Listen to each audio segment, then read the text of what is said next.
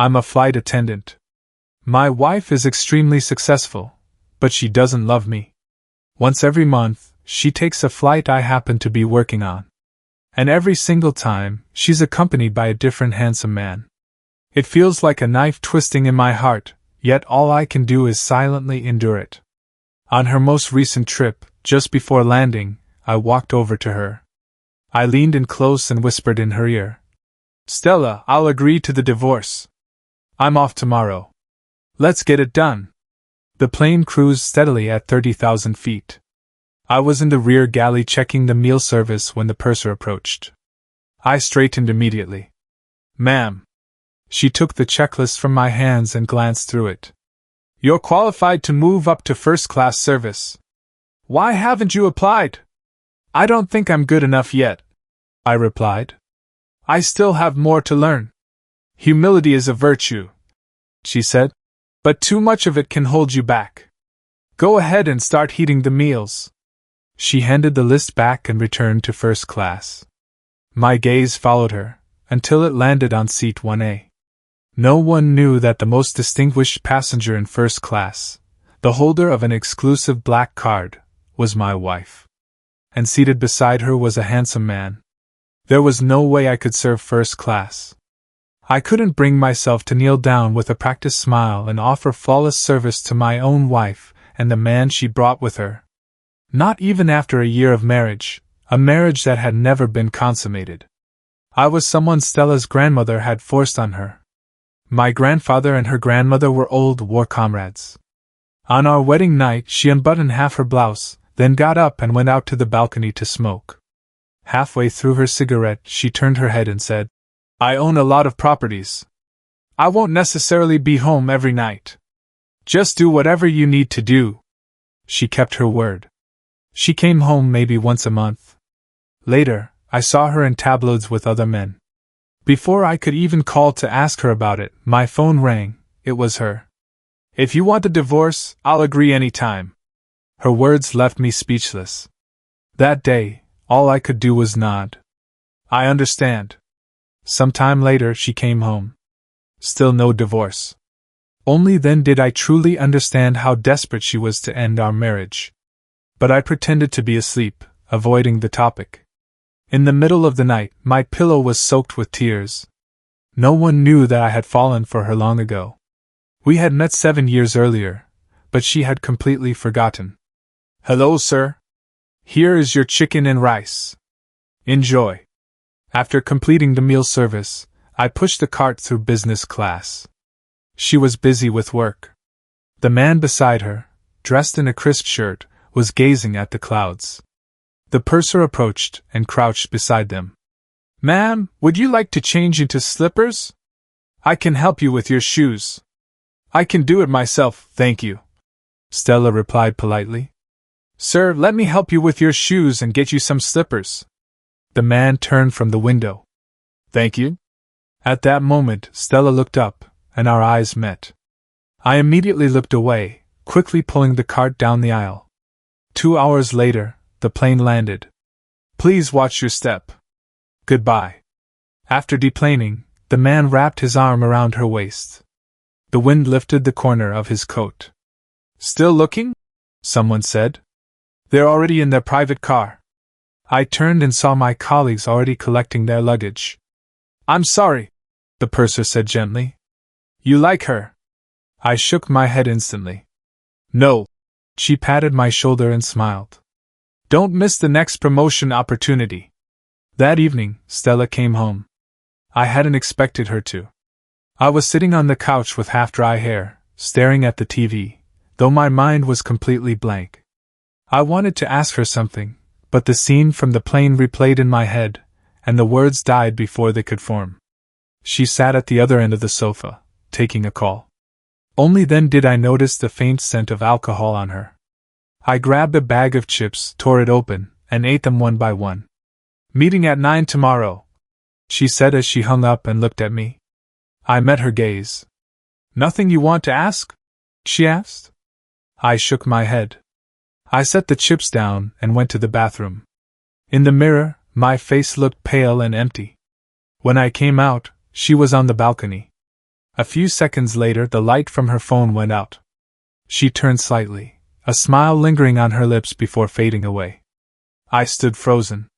Her happiness had nothing to do with me. She slept in the guest room that night. I left early for work the next morning. She was awake too.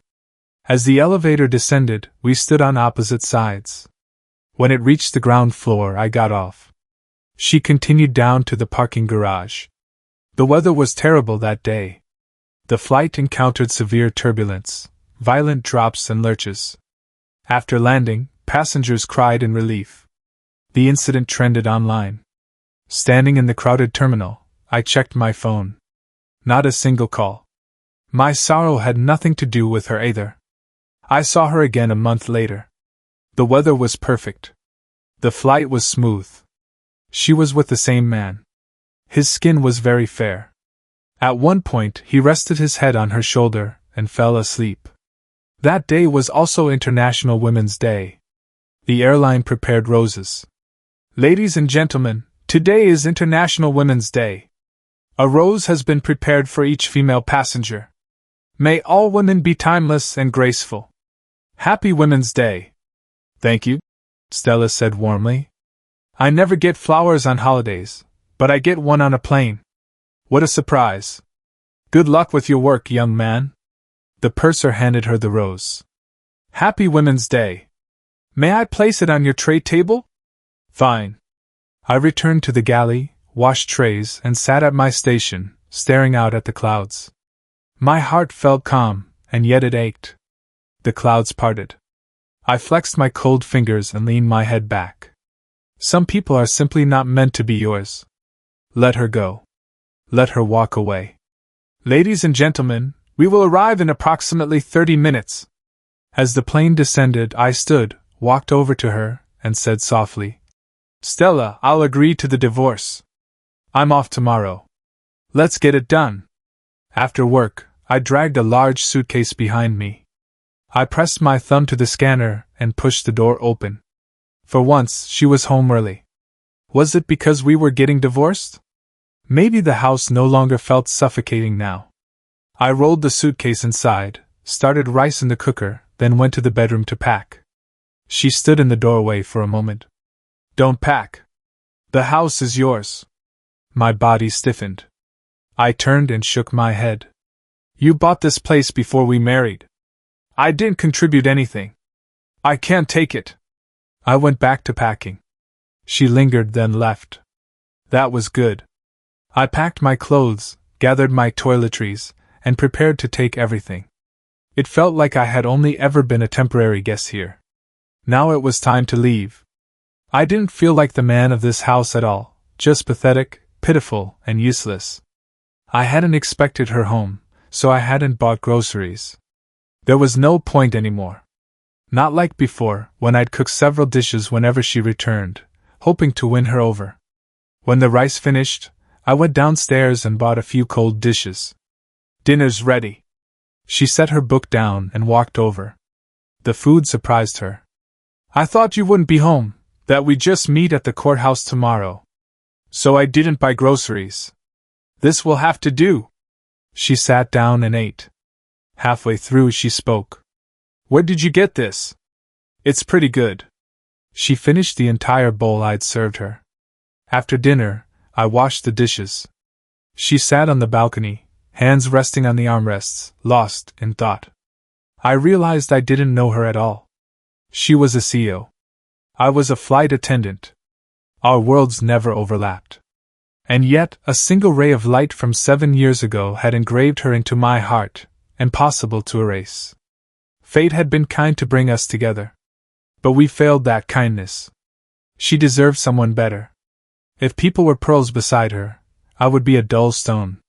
After packing the bedroom and bathroom, I taped the boxes shut. There wasn't much left. I sat on the sofa to rest. She came in. I'm sorry for how I treated you these past 2 years, she said. Take this. She pushed a black card toward me. The pin is your birthday. She still remembered. You don't need to, I said. My salary is enough. I don't want it. She didn't take the card back. Can I ask you something? Ask. Will you get married again? Will you have a big wedding? When we got married, we simply signed the papers and shared a modest meal with our families. It couldn't have been simpler. If she were to marry again, it would surely be someone she truly loved, someone who would give her a beautiful wedding, surrounded by loved ones as witnesses. Don't overthink it. Get some rest. She allowed me to ask, but she didn't give me an answer. She stood up and went into the bedroom. I sat there a while longer before returning to my own room to sleep. The next morning, she was up slightly earlier than me. I gathered my documents. Let's go. We went down to the garage and got into her car. She drove to the courthouse in silence. I watched the traffic flow past the window. The passenger seat was soft and comfortable, but I had rarely sat in it. I never imagined the last time I was on the way to our divorce. I couldn't help wondering what it would be like when the man from the plains sat here instead. Would he snack casually? Chat with her? Would she play music for him? I shook my head and pushed the thoughts away. I realized I was finally, truly letting go of this marriage. At the courthouse, everything was quiet, signing, stamping, receiving the new documents. The booklet in my hands felt cold. I'll move my things out today. There's no rush. Take your time. You should head to your office. I'm leaving too. Back at the apartment, I arranged for a courier and mailed box after box to my new place. With the last suitcase, I walked to the door, deleted my fingerprint from the lock, pulled the door shut, and left. In the days that followed, I returned to my routine. The pain of the divorce gradually faded with time. In the 3 months after we separated, I never saw her on any of my flights. So it had all been intentional before. She had done it on purpose, to humiliate me, to force me to back down, to give up. But all good things eventually end, and no pain lasts forever. Once you get through it, you're fine. People who were once husband and wife can one day face each other as strangers, just like her and me. The next time we met, we would be strangers. At the end of the 4th month, she appeared on one of our flights again. This time, she was alone. I still hadn't been promoted to first class, but I caught sight of her as I passed through the forward cabin. She never looked up. I walked by quickly. Nina, who had been resting in the last row of first class, stood up and blocked my way. She was one of the pilots on this flight, currently on break. Dinner after we land? She appeared so suddenly that I almost lost my balance. I politely declined. I need to study regulations for my assessment tonight. It's just dinner. It won't take long. I can't. It's settled, she said firmly. Over dinner, I'll teach you a trick for studying regulations. I guarantee it'll cut your study time in half. As she walked past, she glanced back. It's a date then. I'm going to relieve the other pilot. My colleagues covered their mouths, smiling. My face grew warm as I quickly pulled the curtain shut and returned to my work area. A coffee, please. Thank you. Right away, ma'am. Behind me, I overheard Stella talking with my colleague. 2 hours later, we landed. Most passengers had deplaned. A colleague and I checked the overhead bins together. So what? Don't play dumb. The captain is chasing you. Are you really going to say no? Don't be ridiculous. You can't even admit it. What, you think you're too good for a captain? You shouldn't be so picky. A trainee pilot from the airline next door asked for her number today. She's the youngest single female captain you know. Plenty of guys are interested. They were talking about me. Nina came over. Here to pick up Leo for dinner already? Can't wait. Excuse me. My colleague immediately shut up and stepped aside. I froze. Stella hadn't left the plane yet. She was coming out of the lavatory. Ma'am, thank you for flying with us. Have a pleasant journey. My colleague instantly recognized her as the VIP from first class. I stayed completely silent. As she passed, she glanced at me. I lowered my head. It was rude to stare. Take care, Nina said, nodding at her. Then she turned to me. Let's go. Shift's over. What do you want to eat? We walked out of the terminal together. Nina had already booked a restaurant and called a car. Amid my colleagues' teasing smiles, I was pushed into the back seat. The restaurant was a chic steakhouse downtown. Nina was incredibly funny and charming, exactly the kind of girl everyone had a crush on in college. Halfway through the meal, she asked, "What, not interested in me?" She laughed and lightly tapped my arm. "No, you've got it wrong," I said, guiltily sipping my fruit wine. "Heartbroken?" she guessed. "Don't guess." She shrugged. "Looks like I guessed right." I rested my chin on my hand, listening to the violinist, avoiding her gaze. In the elevator down, the city lights glittered through the glass walls. Nina stepped closer and took my hand. "Leo, give me a chance. Can we at least try?" I pulled my hand away. "What's wrong?" She leaned in, her breath warm. Our lips were inches apart. She wore a white t-shirt, her skin flawless. I turned away, my entire body flushing. The elevator seemed to descend unbearably slowly. She stepped closer, standing right beside me. "Did I scare you?" she teased. I turned my head, a little annoyed. "Why do you keep calling me silly?" She tapped my nose playfully and leaned in again. You're not silly. But did you know that word can mean something else too?" The elevator doors opened. People were waiting. I hurried out. After I got home, she sent me a message. "For the next 6 days, I get to be happy for 3 of them." "I don't understand," I replied. "What do you mean?" She sent a photo of our schedules. "Look, we're scheduled for 3 flights together." "Silly, you have no idea how excited I get every time I see your name on my roster." Good night. The airline was filming a new promotional campaign, and I was chosen as the face for this issue. At first, I didn't think much of it. But when I arrived at the studio, I realized the photography company was a subsidiary of Vance Corporation. Since the name didn't include Vance, I had never made the connection. "Mr. Jordan, is something wrong?" the makeup artist asked, noticing my distraction. I shook my head. "It's nothing." I tried to compose myself. I was overthinking. It was just one of her smaller divisions. The photographer approached. "Mr. Jordan, did you read the pre-shoot notes I sent?" "Yes." I nodded. "I read them carefully." The lights flared on, and I stepped onto the set. "Relax your shoulders a bit more." "Excellent." We had been trained in these poses at the airline, so they weren't difficult. But I never expected Stella to arrive midway through the shoot. My entire body tensed. "Ms. Vance." The staff nodded repeatedly. She glanced at me and asked the supervisor, "How's the shoot?" "It's going well. As expected from a flight attendant, great posture. He's just a bit nervous." The photographer showed her the photos. "Just a little more relaxed, and it'll be perfect." She motioned for them to continue. I thought she would leave, but she stayed. "Your form was great at the beginning," the photographer said later. "Your current shots aren't as strong." After another click, Stella raised her hand. "Stop. Take a break." The tension finally eased. "Get him a glass of warm water." "Yes, Ms. Vance."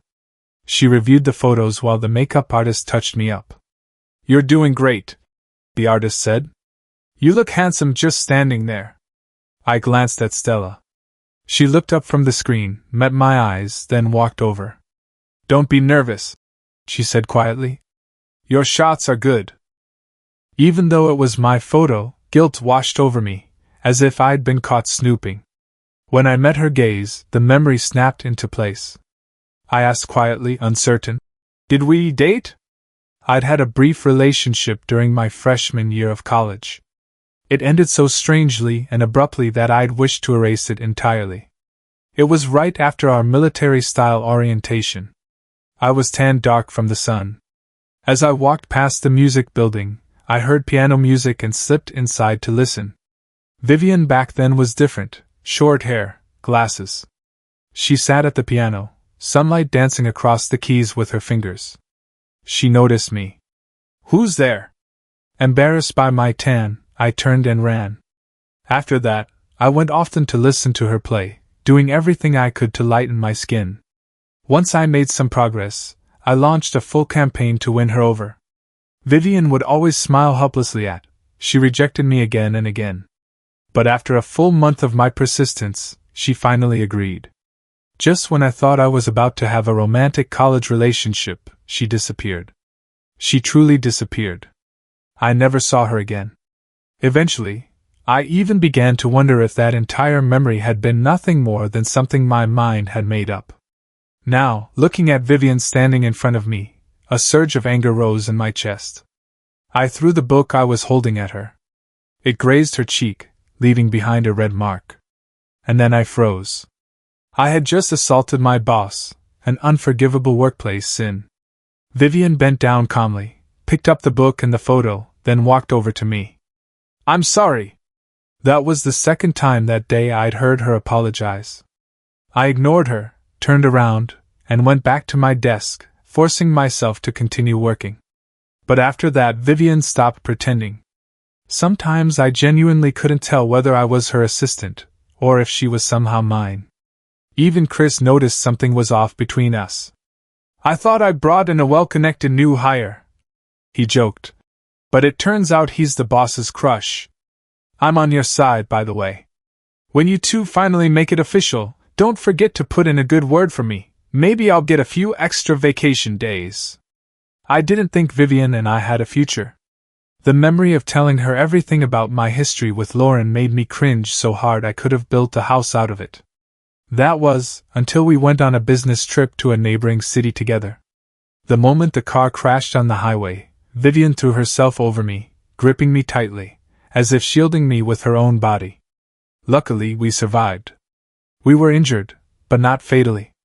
Standing beside her hospital bed, I looked down at Vivian lying there in a cast. "You left without a word back then," I said quietly. "And now you're risking your life for me. Is it fun messing with me?" Vivian tried to reach for my hand, but the movement made her wince in pain. "I was suddenly sent abroad," she said softly. "The messages I sent you were never answered. I thought you didn't want to speak to me anymore." I thought back carefully.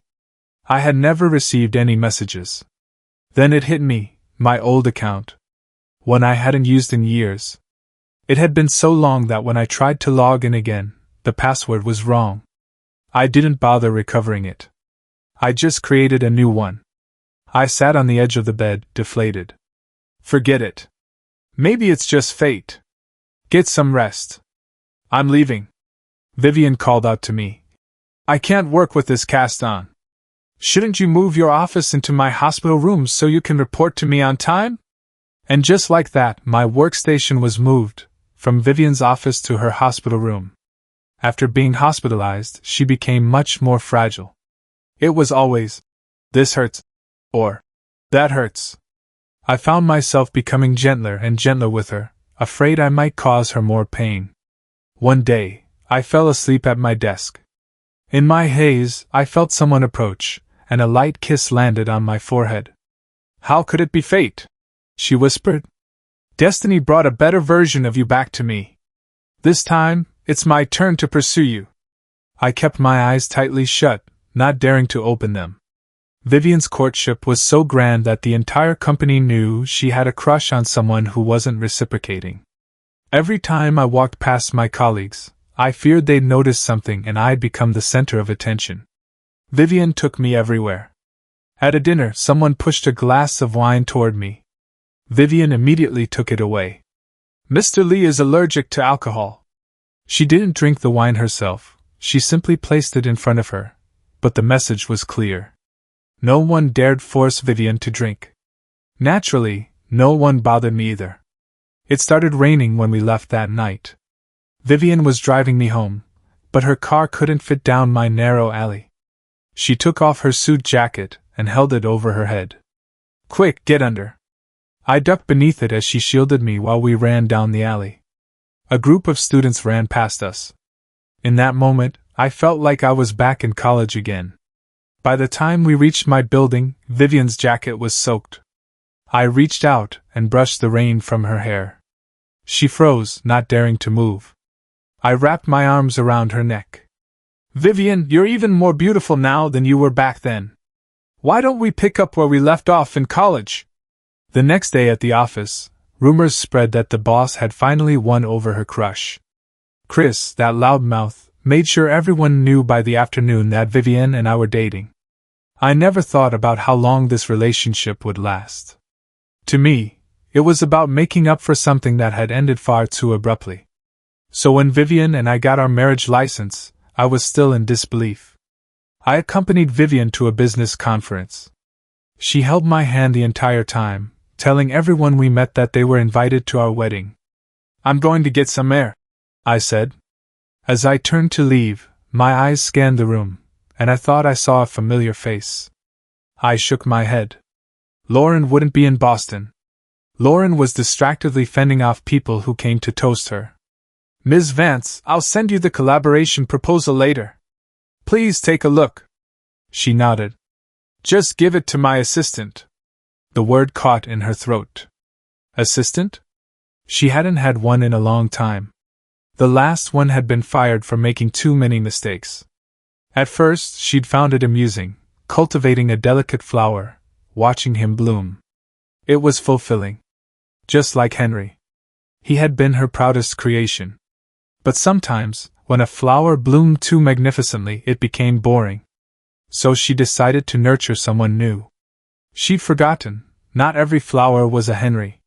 When documents piled up with no one to pre-screen them, no one to flag issues, no one to open the signature page. Even when she closed the deal, there was no one whispering excitedly beside her, no one pulling her away to celebrate. Everything became tasteless. She began to miss Henry. When Arthur placed the shredded remains of their marriage certificate, retrieved from the trash, on her desk, panic seized her. She called Henry, only to realize she'd been blocked. He knew the certificate was fake. So he was punishing her with silence. If she went to him now, it would only lead to a fight. Better to let him cool off. She hired more assistants, but none of them were right. A rumor even started. Ever since Henry left, the CEO's assistant position seemed cursed. It was true. Only someone you trained yourself would ever work. She had people search for Henry. When she heard he was in Boston, she impulsively arranged a business trip.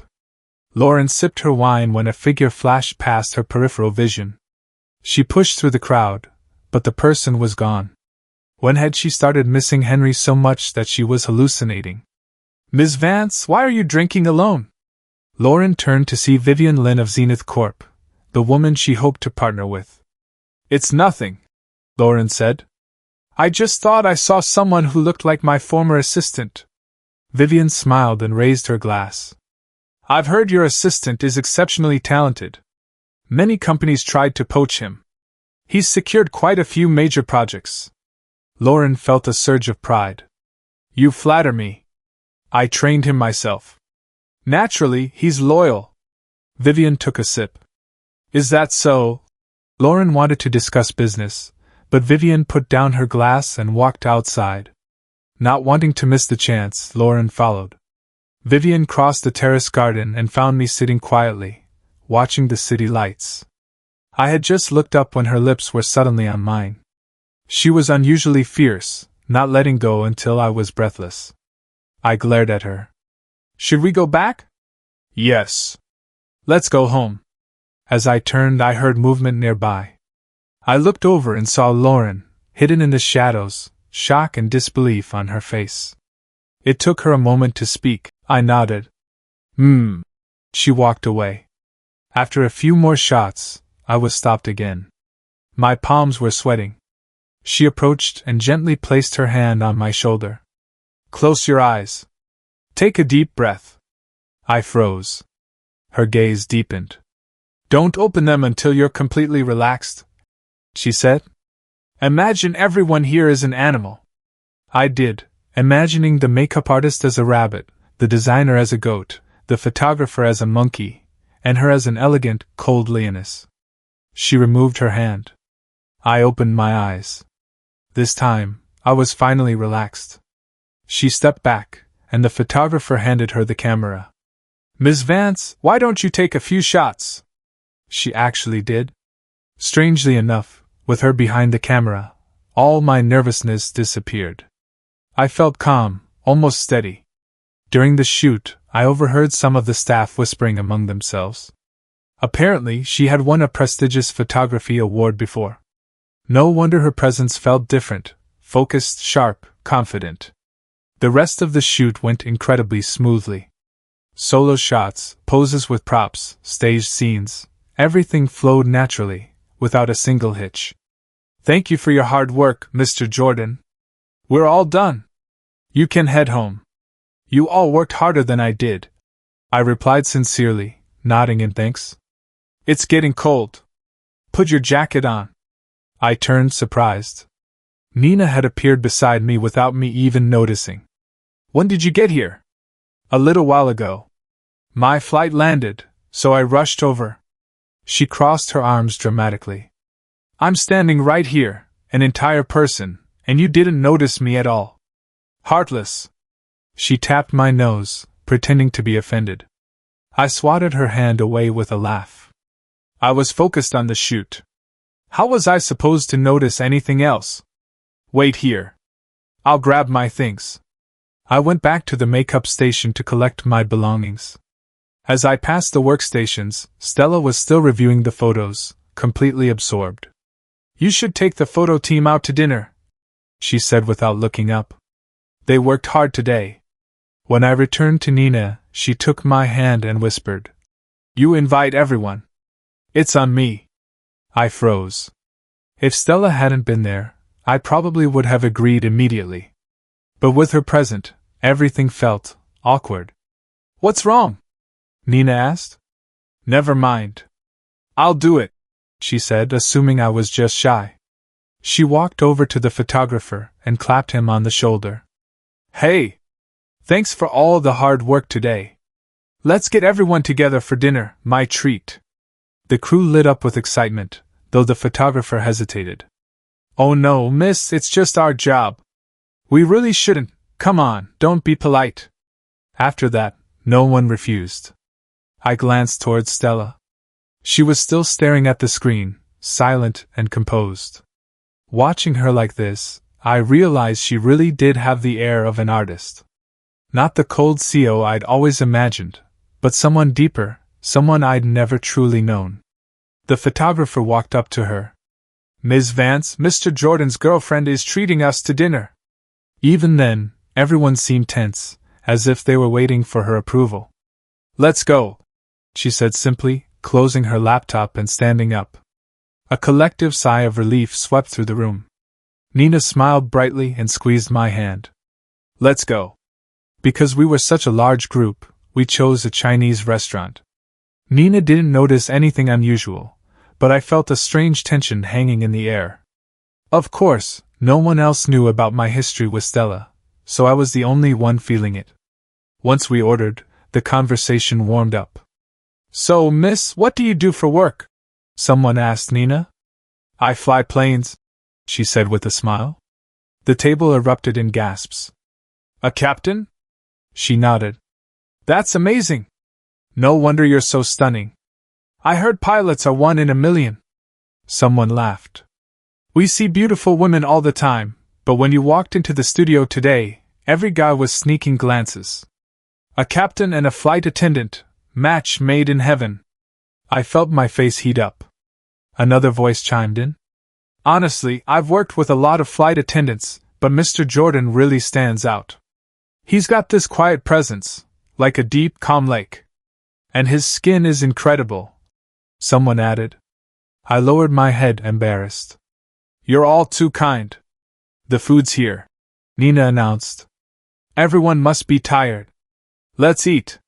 Without meaning to, my eyes met Stella's. She had barely touched her food. She was just watching Nina and me. Nina noticed too. "Is it not to your liking, Miss Vance? We can order something else." "It's fine," Stella said, picking up her chopsticks and looking away. The photographer stood up with his glass. "Ms. Vance, you're always at headquarters. It's rare for us to share a meal with you. I'd like to toast you. Stella stood as well, lifting her glass. I'd like to toast all of you. Thank you for your dedication to Vance Corporation. After that, the atmosphere loosened. People started teasing and raising their glasses again. We also need to toast Captain Nina and Mr. Jordan. Thank you for dinner. We wish you a lifetime of happiness together. And when you get married, don't forget to invite us. Nina topped off my tea and pulled me to my feet. Thank you for your good wishes, she said cheerfully. We will. Everyone stood clinking glasses, everyone except Stella. 8 people standing. 1 person sitting. The scene felt strangely jarring. Her phone rang. She glanced at it. Sorry, I need to take this. She stepped outside, and the tension at the table finally faded. After dinner, the photography crew rushed off for overtime work. One by one, they hailed cabs and left. Stella came out and walked toward her car. I'll take you back to your apartment first, Nina said. That's too far out of your way. It's fine, she replied easily. Or you could just move in with me. Get out of here. She smiled and tightened the collar of my jacket. The wind was strong that night. I gave in, and we got into a taxi together. She planned to drop me off first. As the car pulled away, I glanced back and saw Stella's car starting up. When we reached my apartment, I was about to get out. Get some rest, Nina said. I'll come pick you up in the morning. Don't. You have to get up so early. She raised an eyebrow and tightened her arm around my waist. Tomorrow morning is the only time I'll get to see you. We're on different flights. She leaned in and whispered, If you don't agree, I'm not letting go. I glanced at the driver, then sighed and lightly pinched her arm. Fine. The taxi drove away. I stood at the entrance, feeling dazed. It had only been 6 months, and I was already stepping into something new. I'd thought it would take much longer to escape that suffocating marriage. What kind of person had I gotten myself involved with? Just then, a honk. A black car sat beneath a tree to my left. Stella. She stepped out and walked toward me, silent. Her expression was softer than before. Can I help you? I asked. Can I come up for a bit? If there's something you want to say it here. She smiled bitterly. You've changed. You used to look at me like you had so much to say. Now, your eyes are empty. We're divorced, I said quietly. There's a cafe nearby.